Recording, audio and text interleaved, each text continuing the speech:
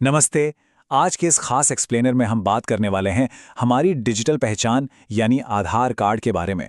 बिना कोई पैसा खर्च किए इसे हमेशा अपडेटेड और एकदम सुरक्षित कैसे रखा जाए, आज हम यही डिकोड करेंगे। तो चलिए बिना किसी देरी के सीधे मुद्दे पर आते हैं। आज की इस चर्चा का रोड मैप बिल्कुल क्लियर है। हम नए आधार अपडेट के फायदों से शुरुआत करेंगे, पुराने और नए पोर्टल का फर्क समझेंगे, लॉगिन का आसान तरीका देखेंगे और फिर जानेंगे कि कौन से डॉक्यूमेंट्स चाहिए, उन्हें अपलोड कैसे करना है और फाइनली अपना स्टेटस कैसे ट्रैक करना है। तो सबसे पहले बात करते हैं नए आधार अपडेट और इसके फायदों की। अपनी डिजिटल पहचान को फ्यूचर प्रूफ बनाना असल में हम सबकी सबसे पहली प्राथमिकता होनी चाहिए, है ना? अब यहाँ जो सबसे दिलचस्प बात है वो है ये नई डेडलाइन। सरकार ने मुफ्त ऑनलाइन डॉक्यूमेंट अपडेट की तारीख बढ़ाकर सीधे 14 जून 2027 कर दी है। जी हां, 2027 मतलब पूरे 1 साल से ज्यादा का वक्त, और वो भी बिल्कुल फ्री।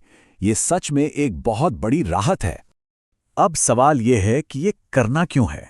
देखिए, अगर हम अभी इस फ्री विंडो का फायदा उठाकर अपना पहचान का प्रमाण और पते का प्रमाण अपडेट कर लेते हैं, तो भविष्य में आधार कार्ड रद्द होने के बड़े सिरदर्द से बच जाएंगे। मतलब बस एक छोटा सा कदम और आगे की सारी सरकारी सुविधाओं का रास्ता एकदम साफ। खैर, अब आते हैं दूसरे अहम पड़ाव पर, सही पोर्टल को पहचानना। पुराने और नए पोर्टल के बीच का फर्क समझना बहुत जरूरी है, क्योंकि इंटरनेट पर पुरानी जानकारी की कोई कमी नहीं है और यहीं पर अक्सर सबसे ज्यादा कंफ्यूजन होता है। अगर गलती से पुराने पोर्टल पर चले गए तो वहां आपको अपडेट की समय सीमा सिर्फ 2026 तक ही दिखेगी और शायद वहां फीस भी लग जाए। इसीलिए ये बहुत जरूरी है कि हम नए पोर्टल का इस्तेमाल करें। बस एक्सपीरियंस नाउ वाले बटन पर क्लिक करना है और सीधे उस नए फ्री पोर्टल तक पहुंच जाएंगे। चले, सही पोर्टल तो मिल गया।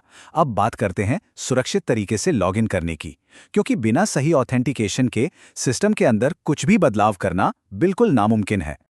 लेकिन टेक्निकल चीजों में उलझने से पहले एक बुनियादी सवाल उठता है कि आखिर इस नए पोर्टल का इस्तेमाल करना कैसे है। क्या ये बहुत जटिल है? बिल्कुल नहीं। ये सिस्टम जितना सुरक्षित है उतना ही आसान भी बनाया गया है। ये पूरा प्रोसेस बस 3 छोटे-छोटे स्टेप्स का है। सबसे पहले अपना आधार नंबर डालना है, उसके बाद जो कैप्चर स्क्रीन पर दिखे उसे ध्यान से भरना है और फिर रजिस्टर्ड मोबाइल नंबर पर आया हुआ ओटीपी डाल देना है। बस एक बार लॉगिन हो गया तो पेमेंट हिस्ट्री से लेकर अपडेट हिस्ट्री तक सारी जरूरी चीजें आपके सामने एक ही जगह पर होंगी। लॉगिन करने के बाद सर्विस मेन्यू में अपडेट डॉक्यूमेंट पर जाना है और यहीं से शुरू होता है असली काम, सही दस्तावेजों का चुनाव। आधार को मजबूत बनाने के लिए 2 चीजें अनिवार्य रूप से चाहिए। पहला, POI यानी पहचान का प्रमाण, जो आपके नाम और उम्र को कंफर्म करता है, और दूसरा POA यानी पते का प्रमाण, जो आपके घर का पता पुख्ता करता है।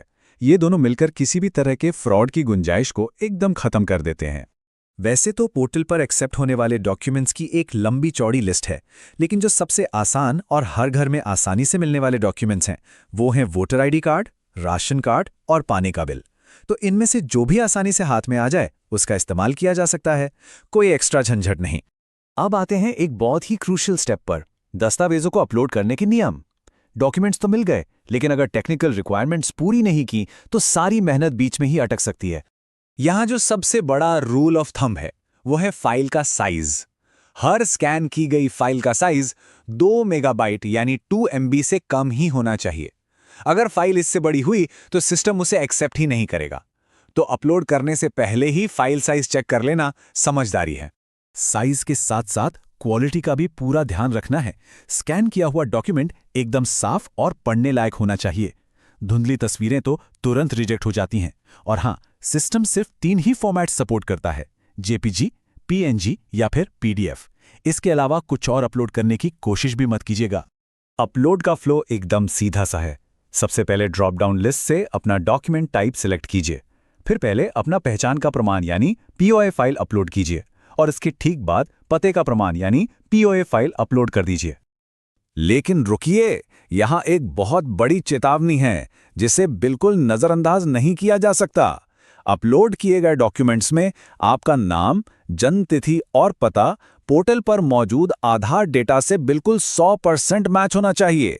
अगर थोड़ी सी भी स्पेलिंग मिस्टेक या मिसमैच हुआ तो अपडेट तुरंत फेल हो जाएगा। पूर्ण सटीकता ही इस पूरी प्रोसेस की जान है। चलिए, अब हम इस प्रक्रिया के बिल्कुल आखिरी पड़ाव पर आ गए हैं, ट्रैकिंग और निष्कर्ष। फ्री में सारे डॉक्यूमेंट सबमिट करने के बाद अगला कदम क्या है?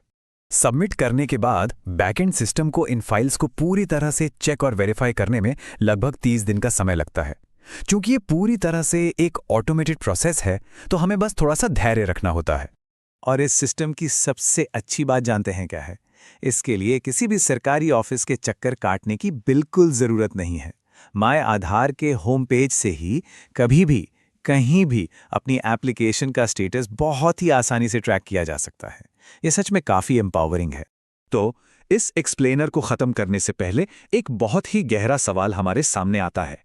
जिस तेजी से हमारी पहचान पूरी तरह से डिजिटल और सेंट्रलाइज्ड होती जा रही है, क्या इस डिजिटल इंफ्रास्ट्रक्चर पर हमारी ये पूरी निर्भरता लंबे समय के लिए वाकई में 100% सुरक्षित है? सोचने वाली बात है ना? खैर, इस सवाल के साथ आज की चर्चा को यहीं विराम देते हैं। इस एक्सप्लेनर में हमारे साथ बने रहने के लिए